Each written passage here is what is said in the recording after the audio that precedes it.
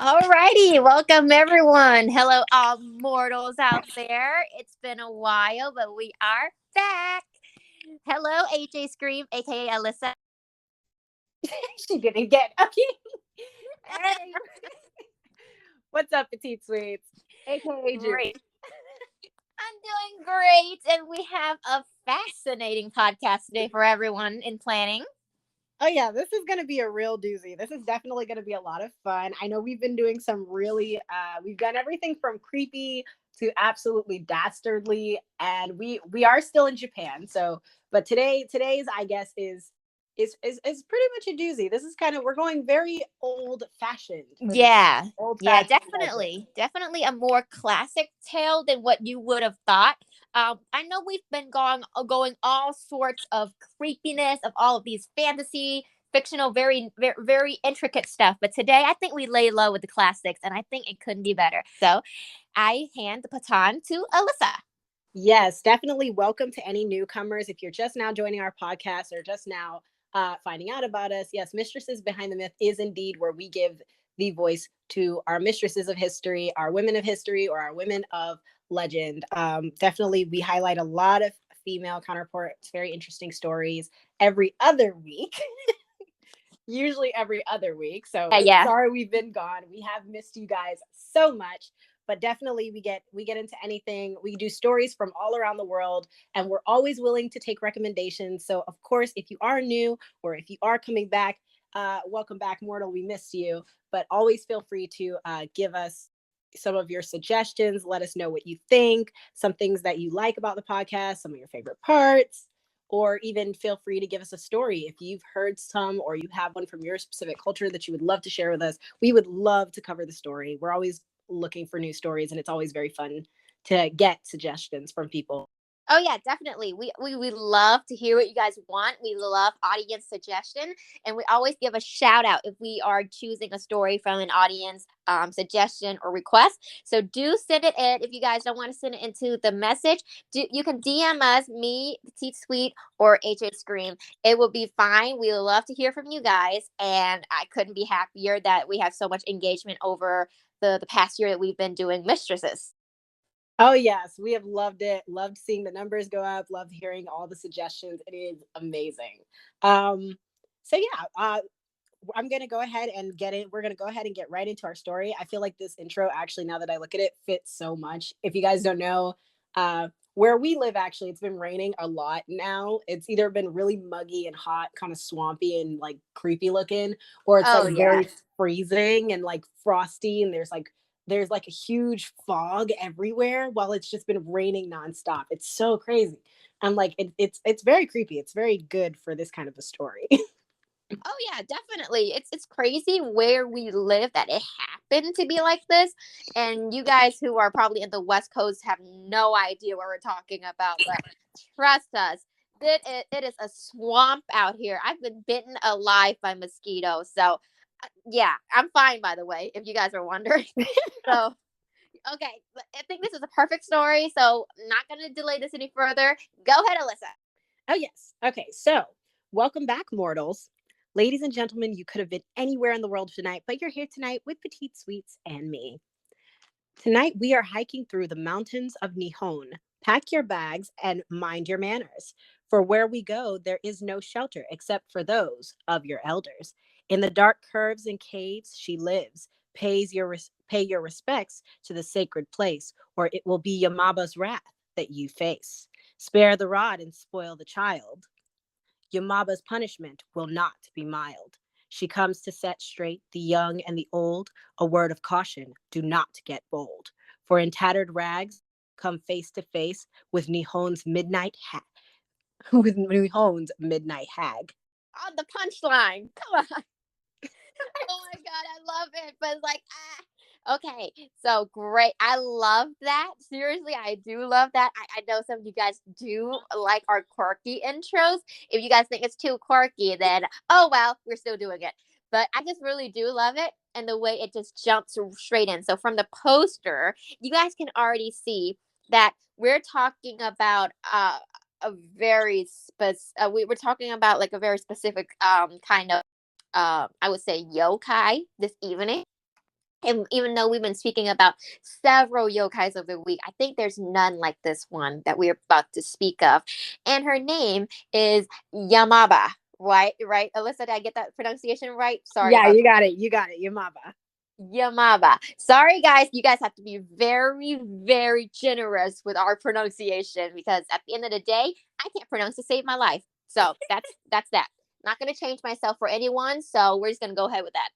And So, for those of you who don't, because I noticed I did use Nihon. So for those of you who are new to the stories and have just started listening, Nihon, just a quick insertion, but Nihon is actually we call it Japan, but the actual name for it is Nihon. There are plenty of countries that and languages where the names of countries kind of get switched around. So oh, it actually the people will call it Nihon, like it is actually called Nihon, but we call it Japan, kind of like oh, how I didn't you even know know that. Oh my, that's a good fact to have right there. I did not know that, and it should be expected. That's very American of me. I know No, it no, no. should It's be it's not expected. even just it's not even just American. Like if you speak French, and for those of you who are French on the podcast, you'll know this. They actually don't call Germany what we call Germany. Like we call it Germany, but they call it, I think it's Allemande or something like that. And Yeah. but even Germany has its own name for Germany. Like everyone does it. In every language you can find the country, everyone else's country being called something else. So I don't. It's Wow. not an American thing. I thought it was an American thing too until I started learning other languages, and I was like, oh, this is an everybody thing. Like everybody changes the Wow. name. Okay, so that's the fun fact of the day. That's a really good fact, actually. I did not know that, but yeah. So, Yamaba, or more likely the Mountain Witch, The today. Midnight Mountain Hag. I love this. We always do this in the afternoon, so we always try to creep each other out. It doesn't work, except for that one time at the Halloween special. It worked. If you guys don't know what we're talking about, please go back and watch our Halloween special, season 2, episode 1 of Mistresses Behind the Myth. Yes, check it out. Watch it late at night. We did it late at night to creep you out. You should definitely Oh, take a look at it late at night, especially with the rhymes and the little like definitely something cute we've backfired. added. Definitely backfired, guys. Don't do it. I definitely backfired. But We had a whole game plan. We couldn't even play the game because Julie was like, "No, it's too late, and I'm hearing noises. It's a no." yeah, I did hear noises. By the way, man, just listen to it. You guys will know. But basically, Yamaba, the Mountain Witch, or the Midnight Mountain Hag. Today we are separating it into 3 different topics. Yamaba, the yokai. If you guys don't know what yokai is a mythical kind of demonized creature or supernatural creature that is very relevant in Japanese mythology. And then we have Yamaba, the Mountain Hag, where we will focus, we will move away from like her demonized kind of persona, kind of stories, and move on to the more like urban legend, the more common folk tales and stuff like that. And then lastly, Yamaba, the Forgotten Elder. I know the last topic is a little bit off compared to the first two, but you guys will eventually know what our story is moving into by the third topic. So just sit tight and we'll give you all of the nice deeds. Nice. All right. Alrighty, I guess I'll start it off now. Mm-hmm. Yamaba. So I will start, of course, with Yamaba the yokai, the legendary yokai, the one that everyone feared. So Yamaba is a yokai that is supposedly looks like an old woman. This is of course a shocker, but usually a hideous old woman. So sorry, I don't mean any offense, but that is exactly how this yokai, how Yamaba is being described, and that is like her legendary like facial like physical appearance mark, that she is a hideous old woman. And in her like she's always happened to be wearing a kimono, which is considered filthy or tattered, like she's wearing like rags. And Yamaba are like the old hags and witches of the Japanese mountains and forests. They are happen to know to be living in like isolated huts or cave, and which are always deep into the mountains, like away from civilizations, as you guys can tell. And depending on the text and translator, the Yamaba always appears as a monstrous crone. Yamaba is said, and this is like a very monstrous this depiction of her is said to have a mouth at the top of her head, hidden under her hair. And you will see in most story, Yamauba is regarded as a man-eating monster who disguises herself as a helpless, kind senior lady. And I can see that AJ Scream Alyssa here posted a picture, which is taking its time loading. Sorry for the technical difficulty, but it is having a difficult time loading. I wonder what it is. Can Alyssa, can you tell me like what it is before it loads? Because I'm actually really curious of what the picture is, and I can't see it. Ah, that's so frustrating. Alyssa, if you if you're on mute, by the way. Okay, I think it does this to me whenever I try to go find pictures. So It does. I wanted them to see the pictures of Yamauba. So I was trying to find some especially gruesome pictures to match the description to post inside of the Oh, podcast. But it's showing from my end. So really? I can't see it. Maybe it's my network, but I really can't see it. Can you guys tell me what it is? I'm really curious. like it should be like an old painting. There's like old paintings of her. So I wanted to post some of the old paintings of Yamauba. And I'm trying to post the scarier ones, but it's kind of having trouble getting in there. So Oh, really? Oh, maybe it's just that I don't know. Maybe it needs some time, but yeah. Basically, there are old paintings like this story goes back like to medieval times, Japan. So it's like I have absolutely no like it's not like this is not like a modern monster. So I have absolutely faith that there are tons of paintings, tons of storytelling that people have in Japan. we'll So say medieval for Europe. We'll say feudal. We'll say yeah, medieval for Europe. okay. So, well, like I said, in most stories, Yamauba is like regarded as like a man-eating monster who disguises herself as a helpless, kind senior lady. So if you're getting lost in the woods and you see a kind senior old lady, please run the other way. That's all I'm gonna say. So in one Think of her as like tale, your monstrous granny. So like if your granny had a mouth on the back of her head and sharp claws and was trying to eat you. oh yeah, like what is that? Like what was that character? Mrs. Doubtfire. Mrs. Doubtfire. Like that. Like yeah, Mrs. like Who? Mrs. Doubtfire, you don't know who that is? She's also like a very ferocious granny, but I don't know if she eats children or not. But I'm like Mrs. Doubtfire. She looks like a very harmless nanny, but she ends up becoming like I think I don't know. I should call her a monster, but she basically becomes something very horrendous. That's not harmless at all. So I think that's like something that's probably related to this, maybe inspired even. But yeah. If you guys, Interesting.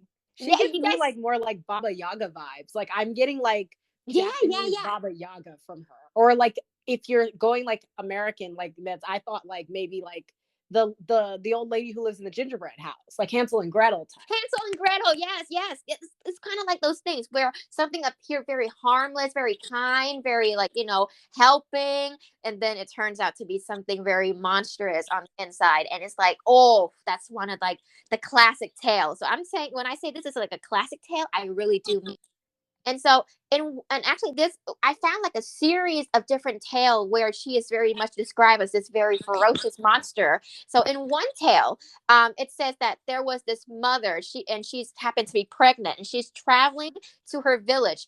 But like in during midway, she is forced to kind of give birth in the mountain because when the time comes, it just comes. And she happens to be in like this isolated mountain area. But then she was assist some like an old kind like an old kind lady just came out of nowhere and be like, I'll help you deliver your baby, and only to discover when it's too late that the stranger is actually Yamauba with the plans of actually eating her child, her newborn child.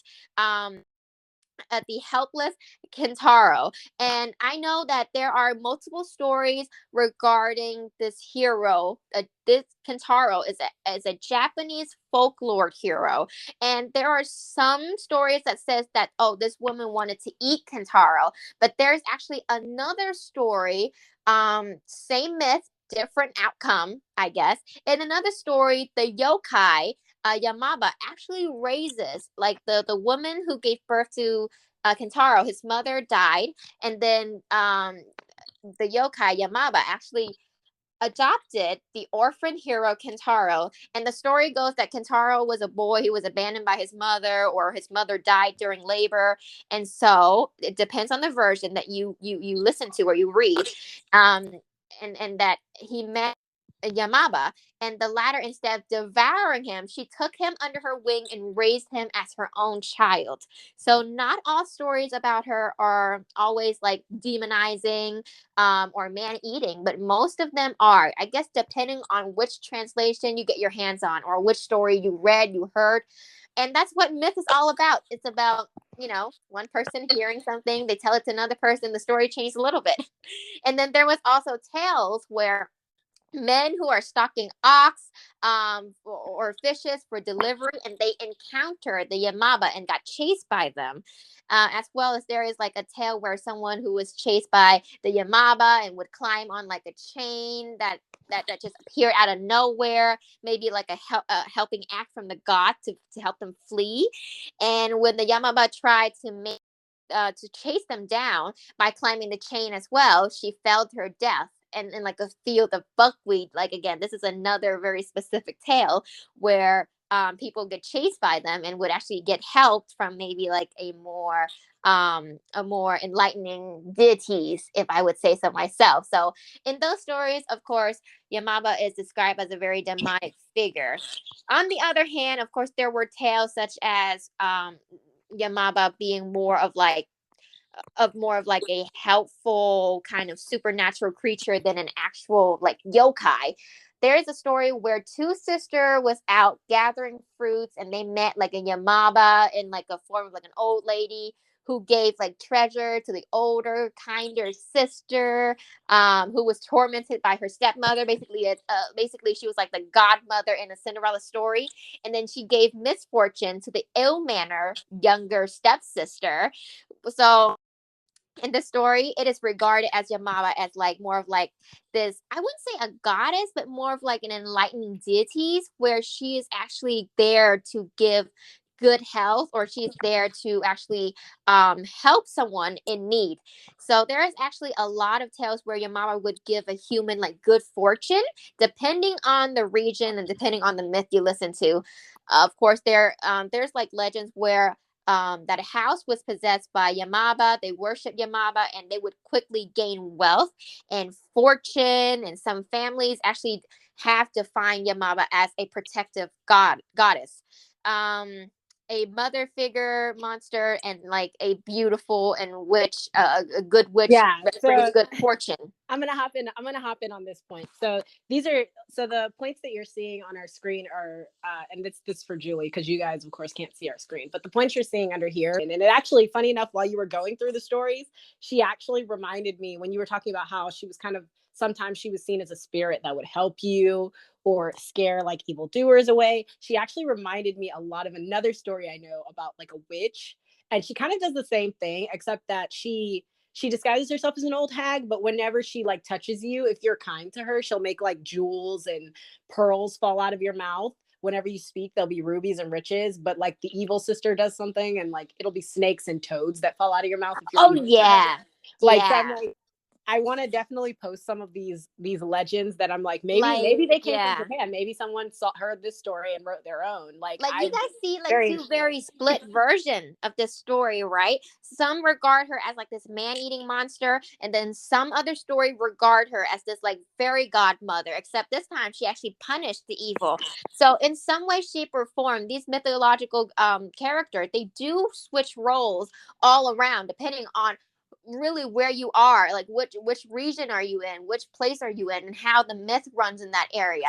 And it's so interesting to see how different perspective of these people actually emerges from these stories, which is like, I think all of them are fine. I just prefer the one where she's evil. I really do. Yeah, the monstrous ones are always more fun for me. But like, I mean, and I think we even talked about this in one of our Egypt podcasts. If you haven't watched, definitely go back and watch. I think we talked about this with Hathor, or it was either Yeah, Hathor yeah. or we talked about it with like one of the other goddesses, but where times change and fear means something different. Because fear does have two meanings. You can either fear something as in be terrified of it, or you can fear something and have a large amount of respect for it. I think So it was Sekhmet. I think it was Sekhmet and Basset. Basset and Sekhmet, the two Egyptian, the feline deities, and then the lioness deities. Of course, that was our Egypt episode. I don't remember which one is it, but if you guys do want to, do go back and listen to it. It's very interesting. I love that one.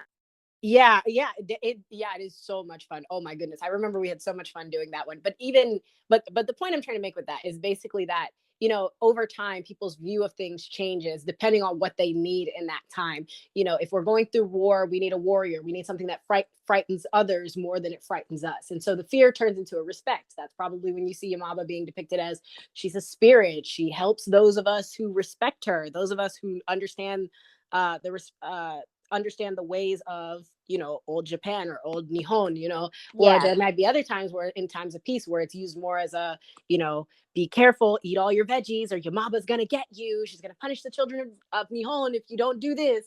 But Oh so yeah, definitely. Definitely. yeah. The reason why I even separate it into two sections, Yamaba the yokai and Yamaba the mountain hag, is that here's that I want to establish that no matter that Yamaba in the Yamaba the yokai, no matter if she was regarded as like a man-eating monster or like a certain deity, she is at a certain level that is kind of like that's kind of out of this world, that is kind of unexplainable. So the next section, as we going into the Oh, Yamaba the mountain hag, before you do move into the next section, because I did write these notes because I did want to touch on this before we move to I'm the. just saying that the mountain hag section is actually when we get into like the more common myths, like the what Alyssa just said, like eat all your veggies or the your mama gonna get you, like the more kind of like the common ones that people talk to other people about. Like that's the one I want to touch on. But yeah, go ahead, Alyssa. And definitely love that part of definitely the Mountain Hag version is my favorite. It's the most fun, I feel like. But I feel like just two quick points that I really want to touch on after receiving some background about Yamaba, how she's kind of like this old hag who lives in the mountain. She's kind of seen as this very terrifying person. But when we get to Kintaro's story, that's where it seems like she kind of transitions. And if you've noticed a theme in most of the stories that we tell, especially when there are gods and goddesses, or especially there's always this point in the story where monsters are involved. And with Japan, I feel like we've started to see this special part of stories where monsters are involved. There is always the monster, and there is always the origin story of the monster. And we've seen when we were telling the story of the Jorogumo, it doesn't always have to be tied to the evil deeds of man or what human beings bring to the table. Sometimes it's literally just, oh, there's a spider that's been living long enough. It's very arbitrary and sometimes very specific to the point where it's almost comical. But you have giant spiders that live long enough and become monsters. But there's always a point in the story where I feel like we have to have some human interaction. And I feel like the more human interaction we put in the monster story, that's when you start to see, like I said, it could be a historical thing, or it could be, a think of it as a writing tool. The more human interaction we give to the monster, the more human the monster itself becomes. Like adding Kintaro to the story. If we just have the mountain hag who lives there and eats flesh and has a giant razor sharp teeth in the back of her head, lures people to her house, they're just arbitrary people. They're nameless people. But once we give a name to a victim, i.e., Kintaro, who is she means to eat him, but actually ends up raising him, we bring a more human side to the monster. And I especially like this story because it's the first story that I really see in Japan where it's not where instead of having like a monstrous mistress, or like especially with the Joroguma, we talked about her name. Uh I don't want to say the word. I don't like saying the word, but her name translates to a very derogatory term for like beautiful female. She sleeps around a lot. It's uh, usually when we get stories like this about monstrous female figures, they're always seducing men, or they'll end up like the slit mouth woman. They've been wronged by a man. They're Amazon, even like I said, the less monstrous versions where we get like the Amazonians, who are literally just women who were killed off by men in the wrong ways and brought back to life.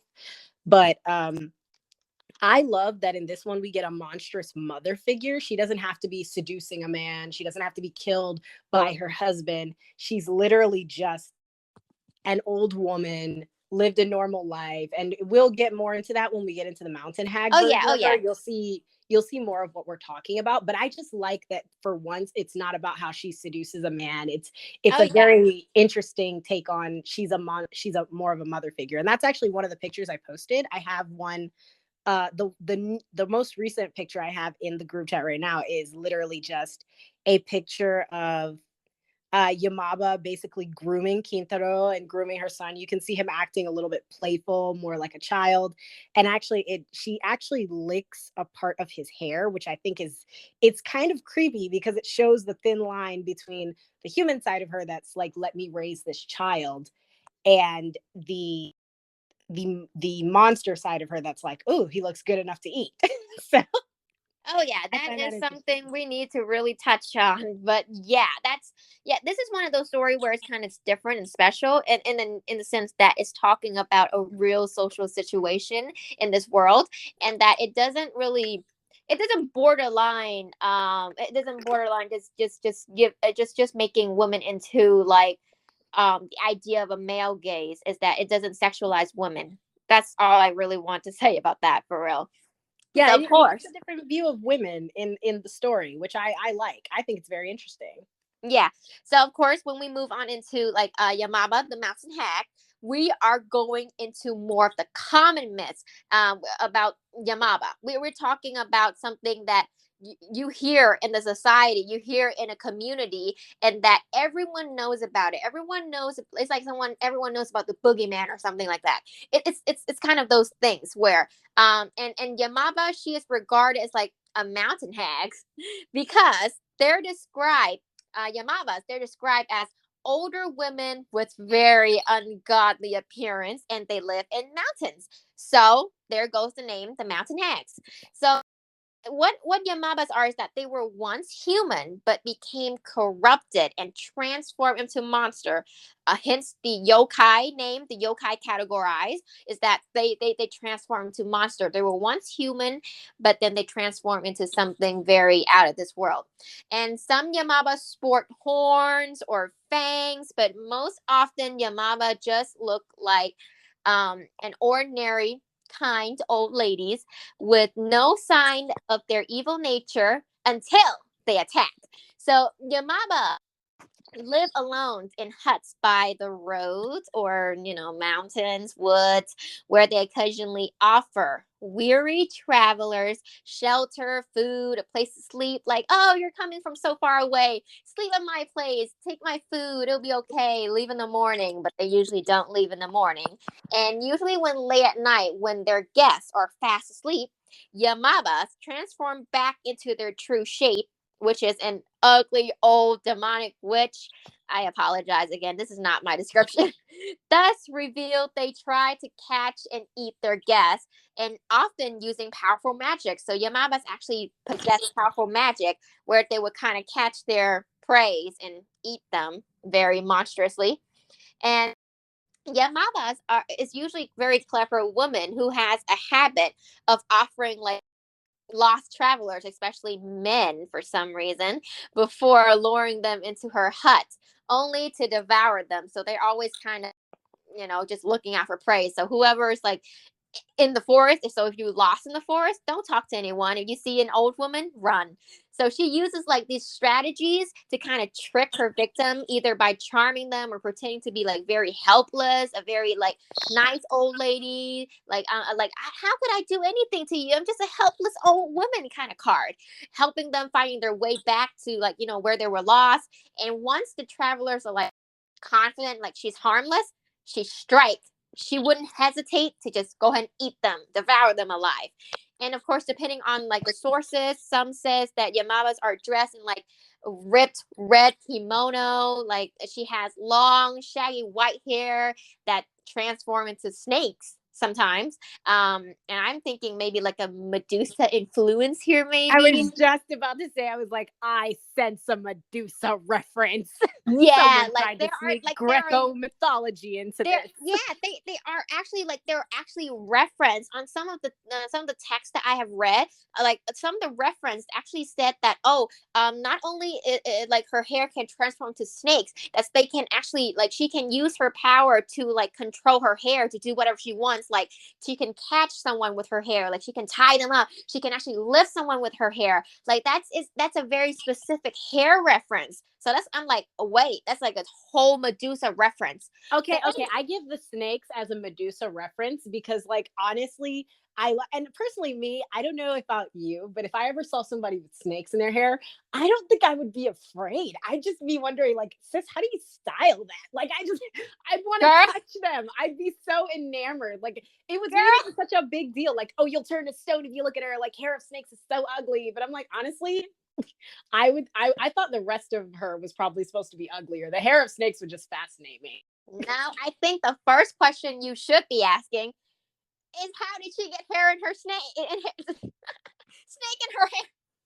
hair in her snake. Oh my god, I Hair can't in her speak. snakes. I'm sorry. Okay, let's just move on before No, I no, say no. something But else. seriously though, seriously about the hair thing, because I feel like I want to say I definitely get where the Medusa linkage could have been made, but like you know how you have like different types of horror. You're a film student, so you know this. Like there's different types of horror that you'll use in like a horror movie. Like there's body horror, or there's like agoraphobia. There's different things that people will feed on, different types of fear that they'll use. I feel like one of them in Japan that's very common is the fear of hair, Yeah, the because hair, it almost especially long, luscious hair. Like especially if it's like if you see a lot of like Asian, not Asian but Japanese horror film, a lot of them are depicted, especially when you have like a woman demonic figure. It's always a very big like inference on the hair. Have you guys realized that? Like, if you guys know what I'm talking about, it's always a very big impression on the hair, especially long, luscious hair yeah, from a they'll have woman. like hair that, and it's always like the hair is always like very, I want to say ambidextrous, but that is not the word to use. I don't know the word for it, but the hair is very like the hair is it moves on its own. Like it's always the hair is like I'm blanking on the word for it, but like the hair is capable of picking people up. There's even like some where they're like the hair is made into, Japan has this thing where if you've ever watched an anime, or Inuyasha is probably the best reference I can think of, but if you grew up watching Inuyasha, which is basically translates to dog demon. It's a very fun show, pretty old, but it holds up. They have like this one woman who she literally is a hair demon. She literally turns. She's got short hair, adorable looking woman, so cute. You would never know she's that evil.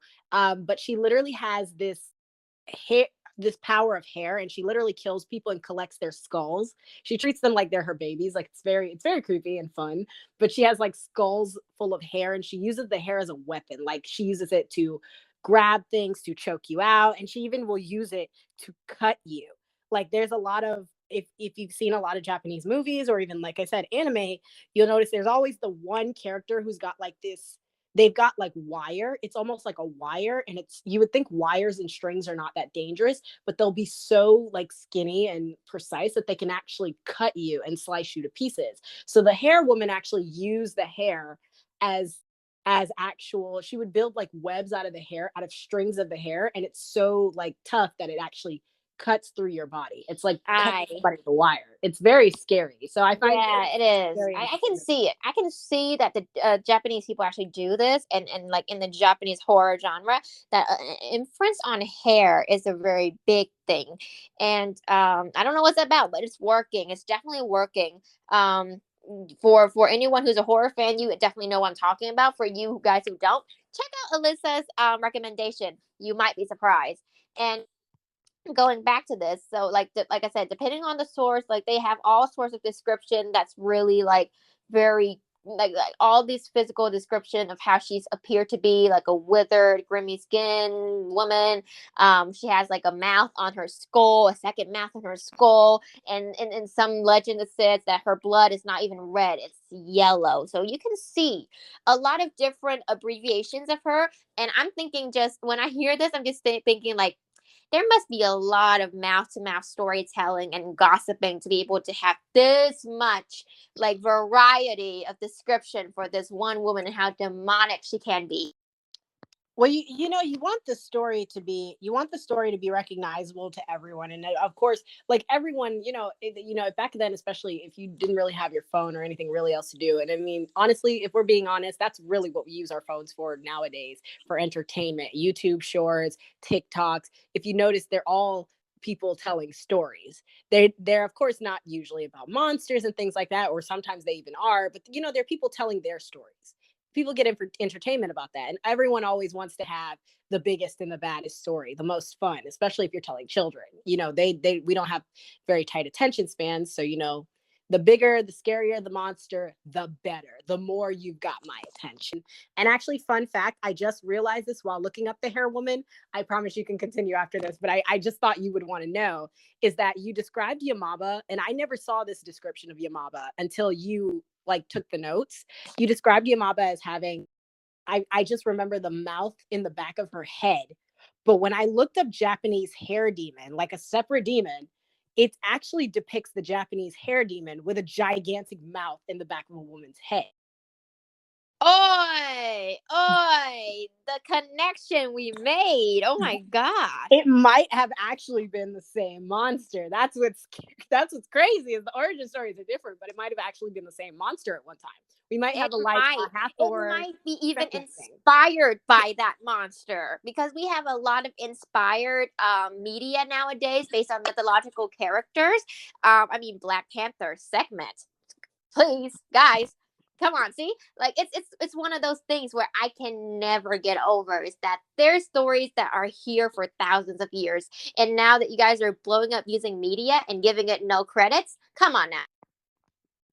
Literally, it's always so fun to see like all these different connections that cross over. This is literally a Sekhmet Hathor moment that we had, or it was Sekhmet Hathor and Isis moment. We connected all of them together, but this is and it was a triple round, like all of it. But yes, a lot. Okay, so definitely we have a lot of connections here, but I will definitely continue with my point so we can get to our last topic, which is the topic that I just been eager like all day, like jittery all day to want to tell the stories. But here we go. So, however, as we know how terrifying this monster could be, Yamauba could be. However, she is able to transform into herself into like a very beautiful young woman, or into like a granny cake, to better captures like the hikers, the people who that happens to cross into her mountain or her forest area. And stories of encounters with Yamauba have been spread by those few travelers who are lucky to escape. Well, very lucky then to tell the stories in numerous ways. But yeah, definitely stranger danger kind of thing. So in the tale, so there's like plenty of tales, but in the tales, the ones attacked by Yamawas are typically travelers or merchants, such as ox drivers, horse drivers, coopers, and notions keepers, who often walk like along the mountain path. So maybe this was where they get the mountain hag from, because these stories they are encountered in the mountain. I just need to draw that point out. So you have to be a traveler. You really had to be traveling and moving. Yeah, definitely. So bad luck. So also because they are the ones who are moving, they are thought to be the one who has spread these tales as well. They're not going to stop in one town and just settle there forever. They're going to keep going to different towns, and each time maybe their story changes a little bit. Who knows? If you live to tell the story. Yeah, if you want to be the hero, live to tell the tale. That's what I've been told. So maybe that's what it is.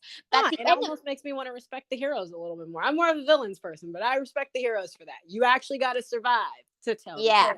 Yeah, definitely. I mean, definitely. At the end of the day, I respect villains a lot. I love them, but I mean, I want to live by the end of the day. Don't everyone? So it's like, if I get to choose, I want it to be the heroes that tell the tales, even though I'm actually no hero.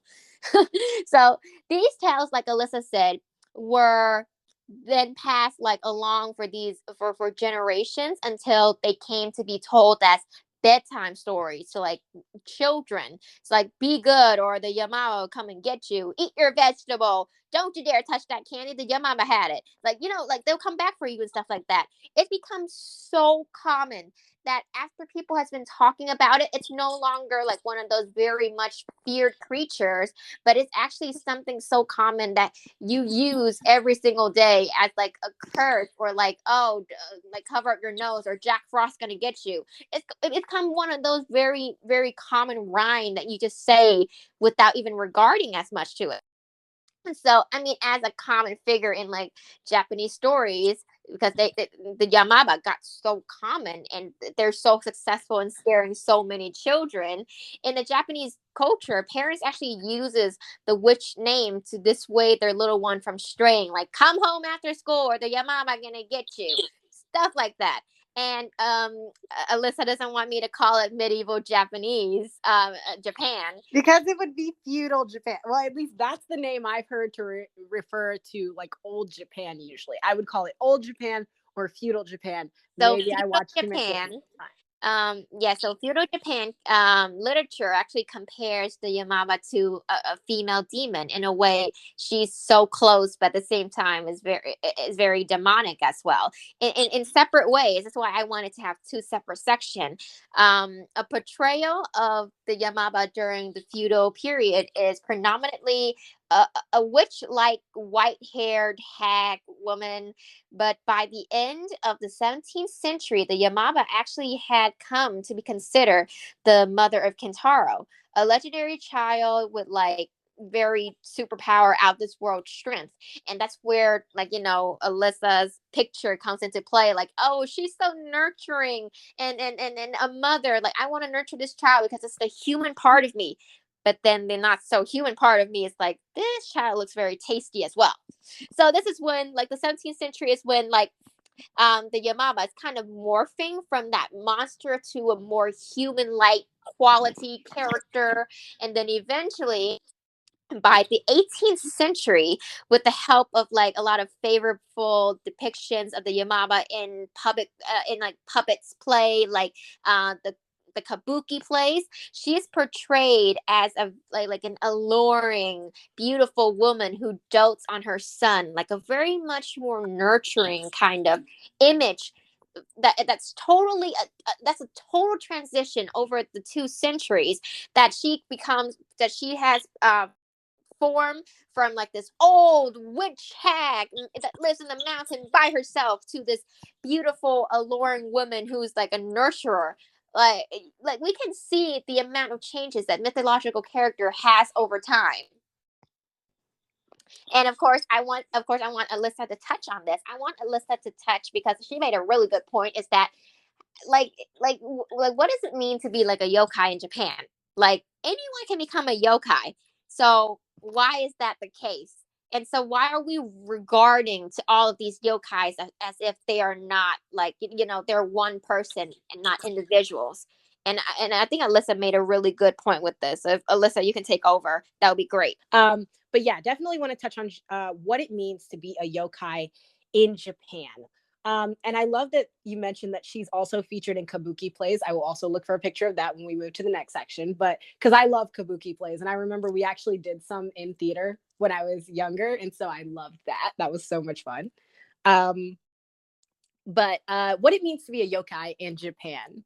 So in Japan, if you'll notice, I noticed something that was very interesting is that, when we were telling these stories, like we told the story of the Jorogumo, and I can't remember if it was me, but I promise you it was probably Julie. She mentioned to me, during the podcast, what was the name of the woman who was so wronged as a Jorogumo that she became a spider?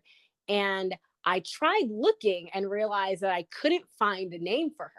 And it was the same with the slit mouth woman. There were so many different variations. And for her specifically, I understood Jorogumo because, it was based on a spider. Sometimes it didn't even have to be a woman. It was just a spider that grew too big. But for the slit mouth woman, she was a specific woman. She had a story. She was somebody, and not, I mean, she was still a servant in some stories. So clearly not much status. But either way, I noticed that none of these, when I looked for Yamauba, I noticed that she was only called Yamauba. There was never a specific name for her. Whereas, if you think about probably, I want to say more American culture or even like the Greek stories we tell or Egyptian stories, there's always a name associated with the character. Unless they're like a background character that's interacting with the monster. The monster always has a specific origin, especially with modern horror. You have like evil dolls, but the spirit came from a specific child who lived back in the 80s, who went through some stuff and did some demonic ritual. There's always a name and a face behind it. But in Japan, the yokais are not given that. And I think it's part of this generalistic idea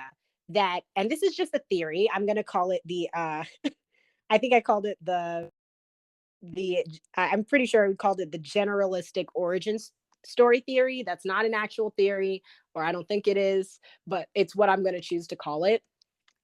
It's a part of making, it's a part of generalizing the monster, making the monster, like I said, the fun story that just gets passed from generation to generation, but also give it, in my opinion, it also gives the monster more meaning.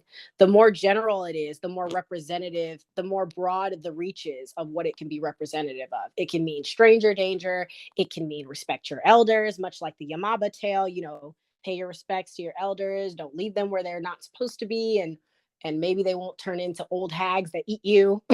But and especially for Japan, because a lot of the Japanese stories, and I mention this in almost every podcast we do, is that Japan stories can be very specific. Their urban legends become so unbelievably specific. If you haven't heard, I talk about a rock in several of the podcasts that is just such, it's a specific rock that's supposed to be evil. And Yes, you have. I will never stop bringing it up because it's a rock. But either way, it's. I think it says a lot about generalizing the story to reach a broader audience. So that the fact that Yamauba would not have been a specific woman who turned into this specific ghost that haunts all of Japan. No, no, no. She's spread all across Japan. She means different things to different people in different regions, and even different people, different things in different parts of the world. Because I have a feeling that some of these stories that we've been mentioning were spin-offs of her story. So in order to do that, you wouldn't be able to really tie her down to just being, a woman named Yurichi, who was, or a woman named Aiko, who is like messed up in the past, or she had a vendetta against someone. You wouldn't be able to do that because the idea is for her to be a symbol of something. So, and Yeah. like I said, it's a thing of Japan, of anybody can be a yokai. Anything from, it's a huge, I feel like it's a very good spiritual connection, like to the fact that even the spiders that crawl around daily outside, if they live long enough, they become monsters. If a person is a horrible enough person, they don't have to die before they turn into, a giant ogre-esque monster, which that is actually a thing called an oni. But and I think a lot of it also is because of what being a yokai is in Japan. The idea of the yokai is really, it is their spiritual explanation of how, which usually in most European-esque stories we see, or Euro stories, or like Greek stories, we see it explained through gods and other spirits like the kupua in Hawaii. But in Japan, they're explained through monsters, which is funny because uh, it is interesting because Mother Nature can be quite scary when she wants to be. But the idea is that they use these spirits or monsters to explain why things happen. But when they do it, it's not like there's one big story that started something and this is how the world came to be. It's that they're constantly changing. The yokai are the reason. It's almost like, if you've watched Yokai Watch, they make a joke about it all the time. It's almost as if we're blaming the monsters for stuff happening. Like, it's literally all their fault. Everything that happens is their fault. The door won't shut correctly. It's their fault. Your shoes are dirty. It's a yokai's fault. Your hair is frizzing up. Well, it's the yokai who likes to play tricks on people and mess up their hair in the morning. Like, it's a part of Well, you have everyday to have living. someone to blame. There has to be someone to blame. Yeah, and there's literally a yokai for everything. Quite Yep. literally everything.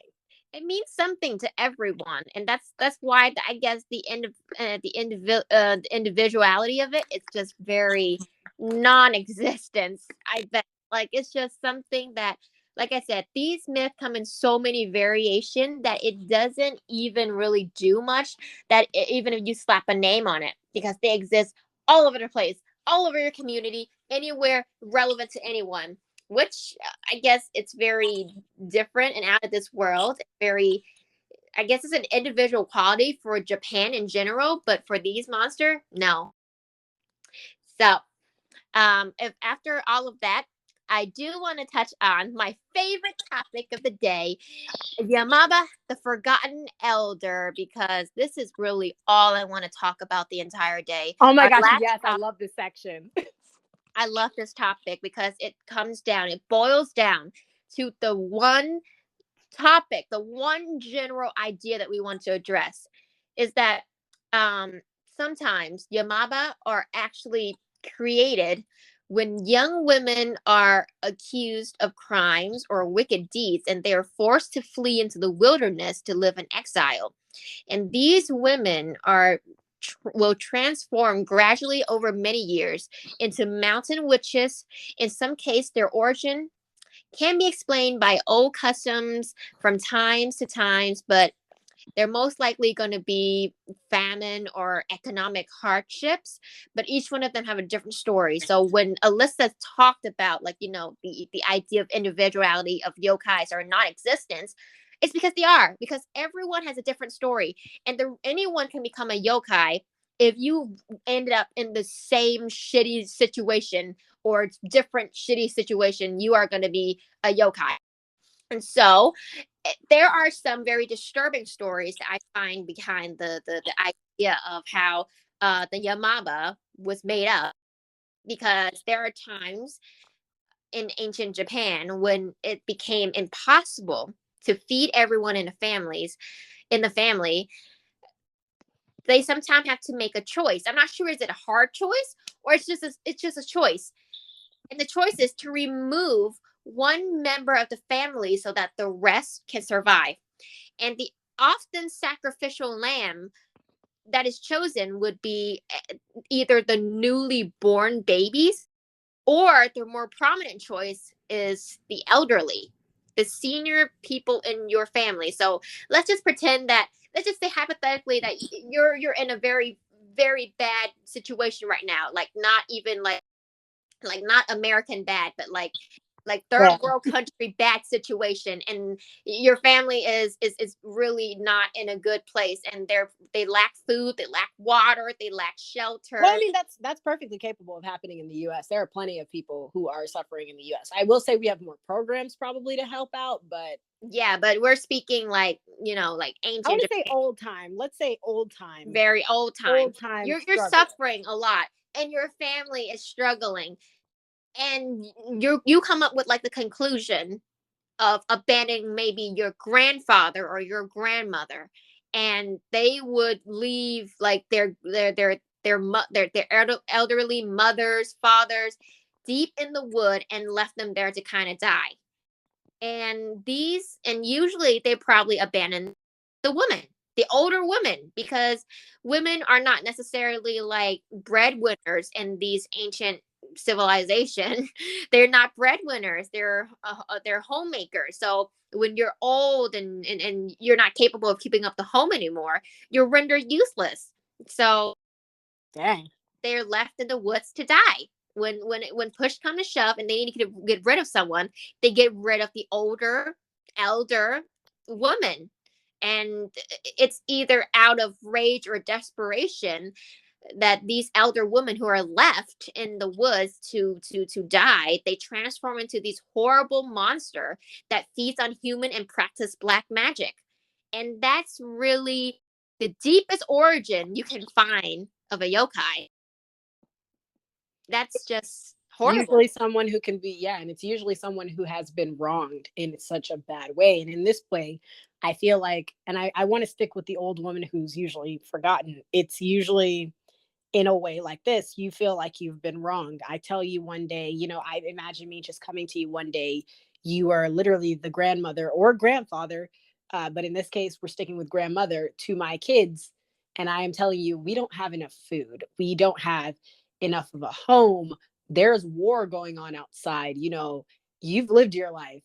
It's time for you to go. That's essentially what I'm telling you. I wheel you out. I take you out into the woods and I leave you there, or I take you into the mountains and I just abandon you there. That's a very hard, and like I said, we've told a lot of stories about people who've been wronged and them turning into evil monsters. But in this one, I feel like it gives a more human aspect to Yamaba because she is an old person who feeble bones, back bent, and especially because, like you said, she's a woman, she doesn't carry the family name because at that age, I would imagine it would be okay to throw out your grandfather too, because he also is frail. He can't actually work and bring home money anymore. So, I mean, he's about as good to throw out as the female is. But the idea is that he is a male. He carries the family name. The mother has to change her name. So I mean, if your name has to live on through somebody, and we'll talk about this later in PCC, what it means to be, and it's not as common in America, but if you are a foreign child or someone with Oh foreign yeah. parents, you understand what it means to carry the family name, what a collectivistic society, what it means to you. So in that case, that would be the only I explanation I could come up with for keeping the man, is that he keeps the name of the yeah, household going. He is the definitely. patriarch. Definitely. He does still keep the name. It's a definite, like there's no argument on that. I absolutely can't think of any other reason. But here's the thing here. Like I think this is still very relevant today, is that we of course we don't leave old people in the woods, but we do leave them in other places like senior home, hospice, stuff like. America, that's for you. Yes, we do. There are stories of course, you hear it all the time, and you don't really think much about it because we are living in a world where there are programs. We live in a first world country that there are programs to help. There are people supporting these elderly these elderly people, that they don't need to be left in the woods or anything. But at the end of the day, it's still an act of abandoning. And I really do relate to this, especially when Alyssa said that if you're a foreign kid, you probably heard something of similar sorts. So that's why when people overreact with like senior home and stuff like that, I get it. Because there are so many stories surrounding this. Like there is an actual Vietnamese myth related to this story that I told Alyssa, and she's like, "Wow, well that happened."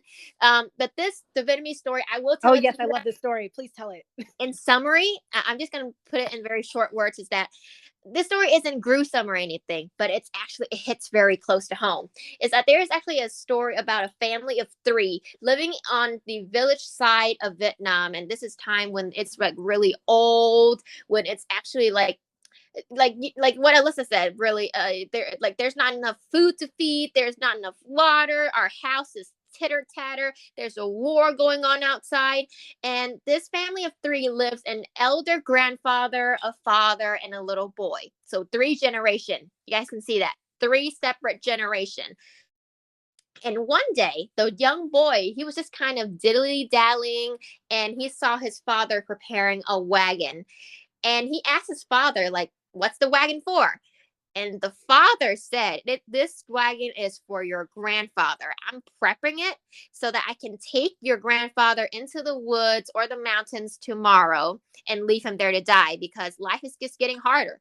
We don't have enough food to feed everyone in the family, so we need to let him go, because he's just considered be like waste space at this point. Like he's just needs to be discarded. And in some story, depending on the version, it is a mother, it is like a grandfather, it is a grandmother instead of a grandfather. But either way, it is talking about senior people, this the older people in your family. And so of course, when the little boy heard this, he said just something very core retching. What he said is that the boy told his father, okay, so tomorrow after you bring grandfather into the wood, can you take the wagon back? And then dad was like, what for? So the son proceeded to say something like, so I can use the wagon to take you into the woods or the mountains when you get older. And that is the moment he knew he effed up. Oh yes, it was at this moment he knew he effed up. Like, Yeah. and honestly, oh my gosh, and this is why I love the Yamauba story so much, because we get so many. And that's what I mean by it's so great that generalistic origin stories for different monsters are made, and why I love Japan's version of these telling so much. These stories are so important because they literally they pull in so many other different stories from around the world, but they also like they do what this story I feel like did. It wasn't even a long story, very short story, but it I don't know. I loved this story because it shook me to my core. Like that would shake me as a parent. The fact that I just showed you how to get rid of someone, you're like, you turn that right back on me as a kid because you don't know any better. It's not like the child is trying to be rude. He's just saying, well, daddy, you did this. So that means that it's okay for me to do this. It's the generational Exactly. lessons that you're teaching. And I know like it's a big thing, especially for our generation, Gen Z. We're talking about and you'll see it on TikTok a lot. We talk about generational trauma. Like it passes down from the parent to the Oh kid. yeah. Monkey see, monkey do. Your child is not being, you know, atavistic or just they're not being a horrible creature. They're not just horrible creatures. They're literally monkey see, monkey do. They're watching you, learning how to grow from you. And then, those same mistakes that you don't want them to repeat, you may be unconsciously teaching them to repeat. They're watching, they don't just Yeah. listen to you, they watch you because you can say don't throw grandpa into the woods all you want. But if you show the child that it's okay to do that and nothing happens, they say, well, mommy did it, daddy did it, it was fine, we lived well, so clearly I should do this. Yeah, definitely. That That's shook me. that's common sense because I mean, when they say parenting is hard, it is freaking hard because your kid is seeing what you're doing. You can be like, oh, you can be like, oh, you need to be attentive to your parents all you want. But when your kid sees you never visiting your own parents, see you leaving their grandfather or their grandmother in the senior home and never visit them, never phone call them, guess what happened when you get older? They're not calling you. They don't want to see you. There's no reason. You didn't teach them about why that connection was so important. And so guess what? Exactly. When it comes to you, that connection won't be important with you either. They won't understand why it needs to be important because they didn't Freaking see it. exactly. Freaking exactly. Like it couldn't be clearer. That's why I really do love this story because it's so real. And I mean, I love yokais, but realistic is my language. It is very realistic, and that's why I love stories like this. I love mythology and whatnot because for something so out of this world that we can never imagine happening, we can imagine, half chopped girls walking around, old hags in the woods, gigantic gods like taking over things. For things that we can't imagine, it is so unbelievably to its core just real. These are things that you see every day. It's just I needed to catch your attention, so I put it in the form of an old midnight hag so you'd pay attention. But it's really an important lesson. The and it's funny to me because old people will be the ones to tell these stories. I personally speak from personal experience, especially because I know my grandfather, he passed, but when he was alive he would tell me all sorts of stories. And even my uncle, he's very very old. Oh my gosh, I feel bad for saying that if he ever listens, but he is old. But I do remember him telling me a lot of stories growing up, and a lot of them were a lot like this. They were cautionary stories, they were just fun stories, sometimes they were scary stories, sometimes there were weird stuff that he couldn't explain that happened to him in his life, but it was just so interesting for me to see as a kid. And it taught me a lot. There were a lot of things now that even now there's certain things that I don't do, certain behaviors that I don't do because I remember the story that went with it. And it scared me so bad as a kid, or it just made me think so hard as a kid that it was just like, I personally, I just don't do those behaviors because I remember the stories that were told to me when I was a kid. And it's funny because, like I said, old people will be the ones to tell these stories. But then, when Gen Z grows up and starts saying things like, oh, generational trauma, generations, this stuff continues throughout the generations. It's never going to stop. You need to fix it, nip it in the bud. They'll be the same ones to be like, you guys are just being snowflakes. Like, we took the generational trauma and we grew up fine. And I'm like, no, no, no, no, no. It's funny that you say that, but you were the ones who told us the stories. Monkey see, monkey do. We heard your stories. We saw what you did. And now we either say, one, we don't want to follow in the same footsteps, or two, we want things to be, one, we either want things to be better, or two, we're going to do exactly what you did. We're going to be just like you. We're a bunch of snowflakes, fine. But who taught us? Who taught us to be those snowflakes? Who taught us to do the things that we're doing? It's it comes back around. It's one big circle. It is. It is. It's very much very relevant. If you think about generational trauma, the reason why it's so generational is because no one does anything about it. You continue it. It's like you said, oh, you're being a baby. We did it. Our parents did it. Our grandfather did it. and it turned out fine. So guess what? When I wheel you into the woods on a wheelbarrow, like you did for generations, you can't, like, I can't even imagine the father looking at his kid asking him to bring back the wheelbarrow. What answer do you give to that child when he says, "Okay, daddy, so when you get, what age am I supposed to roll you out into the woods and leave you there?" Like, Yep. There's no right answer in the world for these kind of things other than be different, be better. Like the reason of generational drama is that no one does anything. You continue it and you be like, it's fine. Your grandmother did it, your grandfather did it. That's why I'm doing it right now. So you should be fine with it. you I continue to dilute yourself into believing actions were correct. As long as you survived, those actions were okay. Yes. Just because you survived, like we said, in order to be a hero, you got to be a survivor first. But you're not great because you survived. You're great because you survived and you learned. Yeah. Learning means understanding what to do differently to make things better. Not doing the same thing over and over again, because guess what? The next person who has to go through that, you may have survived. And honestly, that's why I like the Yamauba as well, because Yamauba, honestly, I feel like they're human. They were old people who were left out in the woods. And I imagine they probably were kind people, probably did see people that were trying to help them. But if I've been left out in the woods, I'm hungry, I'm tired, I've been abandoned, I'm angry. Of course, I'm probably gonna, if you can't find anything else to eat, you're eating humans, you're practicing dark magic to keep you alive, to survive, you know? And like I said, that's being a survivor. But here's the thing: the person that you're bringing up, or the person that you're telling your story to, they might not be you.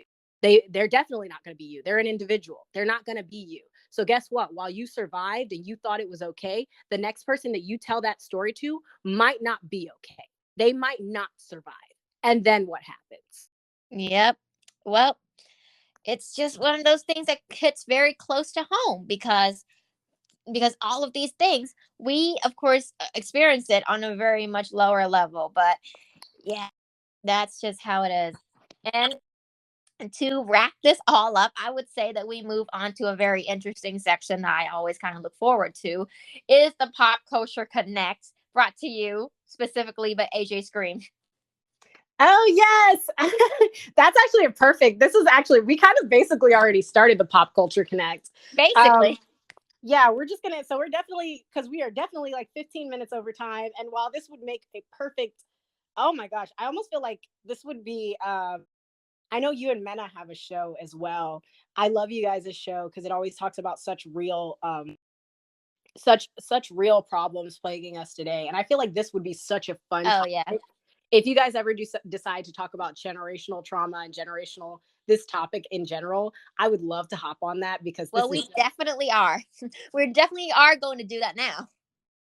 oh my gosh, yes. Let me know. I really want to hop on that. I would love to, because this really hits home for me. Yes, definitely. I love this. I love this right now. So go, yeah. So definitely, I would just say that in Pop Culture Connects, like I mean, I think that like the Yamaba has really influences not only the country of Japan and its literature and art, but it's also influences a lot of its media, its modern media, like video games and manga, anime, and even cosplay. And some of the more significant ones that Yamaba actually made appearance in is like Pokemon. I know that in Pokemon there is a character called, oh my god, I'm so sorry if I pronounce this wrong, Jinx. Yep, it's Jinx. Yeah, it's definitely Jinx. Jinx, that actually made an appearance in in the actual Pokemon world. So that is also based off of the character Yamaba. And oh, and this is actually, I never even saw it, but I'm actually really interested into seeing it right now. And I'm not sure you guys know about this Oh, character. Um, but again, influence, actually, like impressions are made on the hair, golden white hair, red kimono, and a prominent mouth. So I'm not even going to be like, this is definitely influenced by Yamaba. I'm literally like looking her up so I can post a picture of Jinx right now. Continue describing. And yeah, Well, it's just I just think that it's very cultural influence of this Pokemon Pokemon character. And then the next one that I found is in Spirited Away in anime, where Yababa, the aged lady who runs the public bath, is very attached to her child, which is directly inspired by the witch in the legend of Kintaro. So that's another mythical culture influence for the anime. And then we have, of course, Hansel and Gretel. What else do you need to prove? Yeah. Oh, yeah. I've literally posted pictures. I posted pictures of the Pokemon reference. I do remember this character because I know that nowadays she's getting a lot of flack for the whole blackface thing, and Japan has a history with that, and it's not. I personally think it was meant to be something else, but she's getting a lot of flack right now. But I do remember this Pokemon character, so I put the Pokemon reference in there. I also put Hansel and Gretel because the story did give me huge Hansel and Gretel vibes about the old woman who lives in a gingerbread house. She eats children, especially for She the wants to children. fatten them. She want to fatten them up so that she can eat them later. Oh my god! And funny enough, it's actually a reverse of the story that you just told, the Vietnamese story where you leave your grandfather in the woods. This was parents who didn't have enough to eat. Well, a butcher, it's some guy and his wife who have two kids, and I guess she might have been their stepmother sometimes. Sometimes she's their real mother, and sometimes she's their stepmother. But they didn't have enough to eat, so they actually abandoned their children in the woods. Oi! The children were actually even clever. They actually left breadcrumbs because they had a feeling their parents were going to try to abandon them. So they were going to try to find their way back to their parents because they're kids and they don't know that abuse is abuse. And I don't know. I wouldn't want to go back to the house, but at the More same dark. time, you're a kid. You don't really have a choice. Who else are you going to go with? So they actually leave breadcrumbs, but they get eaten by animals in the woods, them being kids and all, and not thinking about that. And so they actually do get left in the woods and then have to fight a witch lady, an old hag who's kind to them at first, but then wants to eat them up. Yep, she wanted to fatten them up with her candies, and then she literally wanted to eat them. That's the moral of the story. There's an entire movie. I personally don't like the Hansel and Gretel movie, but yeah, if you like action and like witch hunting and all that, it's fine. Yeah. R.L. Stein's does it better because they actually reverse it on the parents because apparently the witch never ate them; she ate the parents, and I find that hilarious. Oh, I love that. I would love to watch that movie. Oh, But yeah, so it's actually an episode of R.L. Stein. Oh yeah, he was fun back in the day. I loved the stories, the books, the little comics. It was just fun. And then the series. I don't like the newer stuff. It's okay, but like the series, the old series was fun. But yeah, that's a lot of the, like you said, the Spirited Away. I do remember Spirited Away. Oh my gosh, that one was fun. I do remember that. The woman who runs the public bath, she was so funny. I used to love Mononoke, Spirited Away, like little uh Kiki's Delivery Service, Ponyo. I loved the stories like that when I was little. I used to watch them all the time. But oh yeah, but like, yeah, we did talk about like generational trauma, and of course we have to touch on. We definitely have to touch on the honorifics and greetings of different culture, because how can any foreign kids get away with that? oh yes, I thought this would be a fun topic, and we might even be going a little bit overboard. But like I said, this is a We wow. are It turned definitely. from such a short story to be like such a. This is like very all encompassing. It's very deep. It's deeper than I thought it was. But yeah, we're definitely going to talk about what it means to be, and because like we said, Yamauba is based in the story of how to treat your elders and what happens if you don't treat them correctly. So we thought it would be fun to give some pop culture connects and some fun facts, basically, about what it means to be. And we mentioned foreign because we live in America, so I guess the term for us would be foreign kids or kids with immigrant parents. So those of you who are around the world, this may sound weird to you because you're like, foreign. What do you mean foreign? Like we're normal, but in America it's a little different. But it's a little awkward, and it's funny because when we were talking about making this, we literally were like, when we were making these points, we made like a few points because, like I said, we want to share our experiences with this with you, and we want to share just like some ideas of what other people in other cultures might have to experience. So definitely we'll talk on honorifics first, what it means to have elders in our cultures. So for me, and I find this is usually the same with a lot of my other friends that have immigrant parents. For me, an honorific. So we'll let me read the points first. We'll touch on honorifics. When are you ever going to be old enough? The answer, spoiler alert, the answer is never. Um, we're going to talk about respecting your elders, what it means to respect your elders in different countries. We'll talk about population, and if we don't get to all these, we might have to do down. I'm looking at these, and we might have to do our down the rabbit hole. Um, Oi, we might need to because we are going significantly over. yeah, we're like entering the 2 hour range, so maybe let's just do honorifics. Let's just talk about honorifics, and I think we've pretty much talked about the other countries because we brought up the Vietnamese story. Yeah, let's just go ahead and do honorifics, and maybe we'll do a down rabbit hole later because I don't want Yeah, this to turn into one of those 2 hour sessions. We always have a habit of going over time, and I we really want to talk. do. I'm literally gonna put it in our notes. So guys, if you have never been to one of our down the rabbit hole sessions, it basically happens when we have a situation like this, when we get a story that's so deep and so fun and so interesting that we basically end up going down a very deep rabbit hole. We go a little too far, and so we end up making a whole nother segment where we, in 30 minutes or less, try to get through all our ideas that we had left. We come up with fun Yes. theories. So it's always a good time.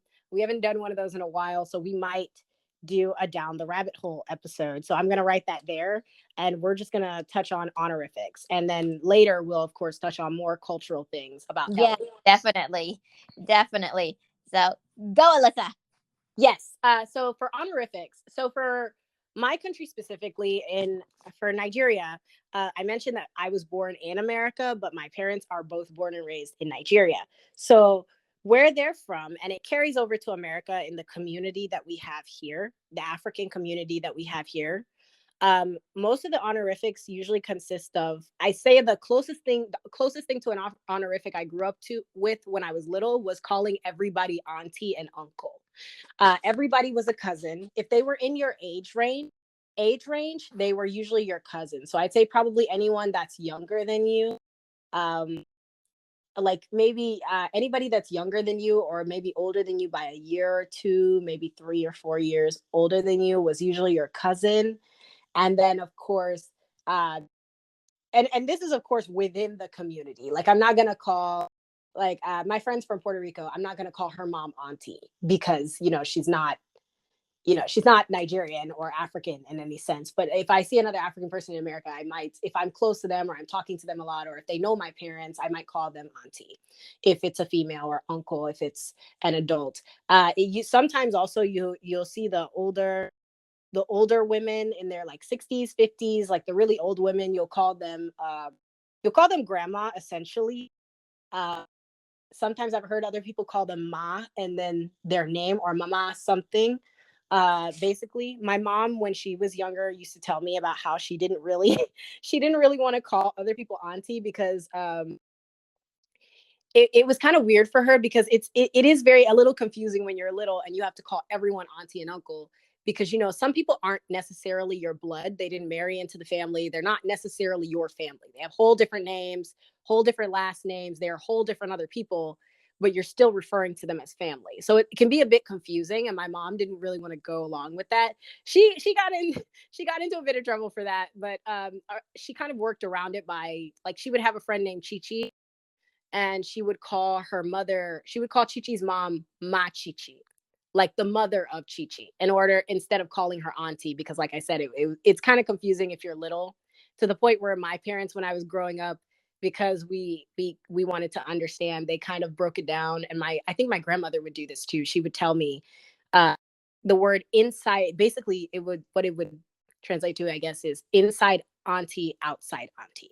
So she would kind of, and you would kind of whisper it, because it's not, like I said, it's not something that you're going to be loud about, because it's an honorific. Honorifics are given to for respect. Like, even in some cultures, you don't call your mom mom. They have specific names to give respect to the person who's older than you.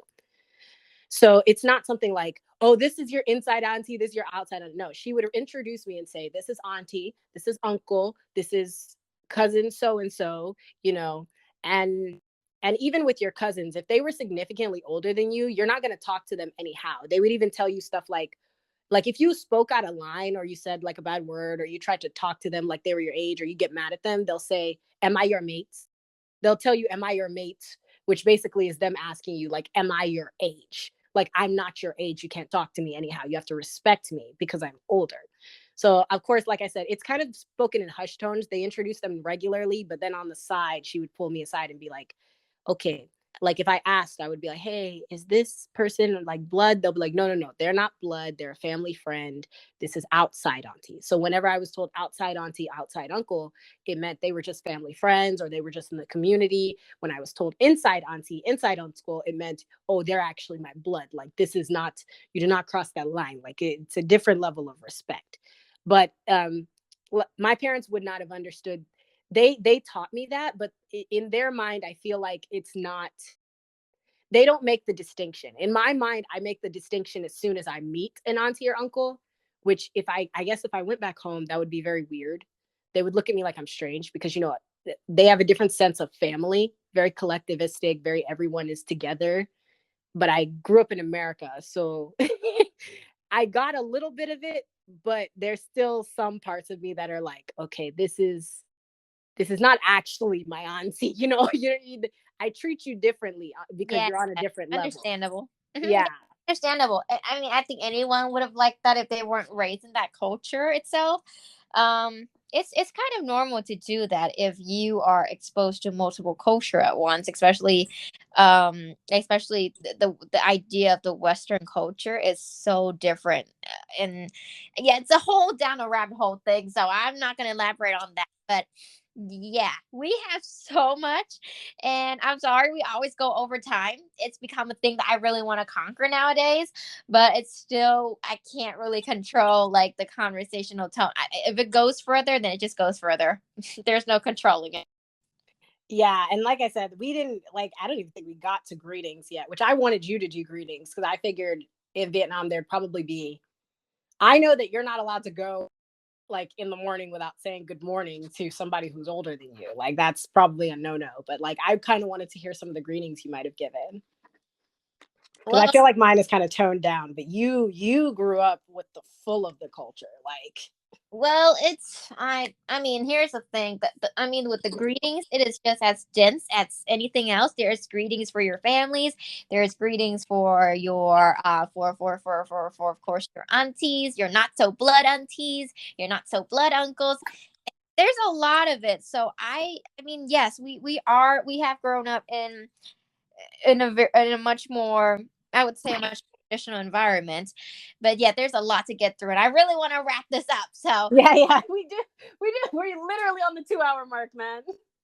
yeah, we're not at 2 hours yet, but yet we really need to go. So let's just say that we'll come back and do a down a rabbit hole, and I'll explain further about the greetings and everything else. But so far, the Yamaba, I think we have done the Yamaba story enough justice, and I think it really gave us a whole leeway into a more deeper conversation. But overall, I do want to hear what you guys think about it. So if you guys can leave us a comment, anything at all, any requests. But overall, I'm actually very satisfied with what we had today. Oh yes. Final greeting words: respect your elders, and elders treasure your young ones. Yes. Respect your young ones and treasure them. Yes, we need to do something. We need to stand up to generational trauma, and that's really all I want to say. So, of course, we're going to be coming back on the. Oh, what are we going to come back on the 31st? The 31st. That's when we're so like New Year's Eve. We'll probably Yeah, have like a we're going back special. on New Year's Eve, guys. So, of course, send in all your requests, anything, everything at all. We're going to be bringing you a good one, a dense episode next time. And collectively, we know we do it every 2 weeks, but of course, it's the holidays, guys. So please give us a lot of leeway. Thank you so much for your patience. I can't wait to meet with you guys again. Any last word, Alyssa? No, I think that's it. We'll see you next time, mortals. Great. Bye bye, mortals. Bye.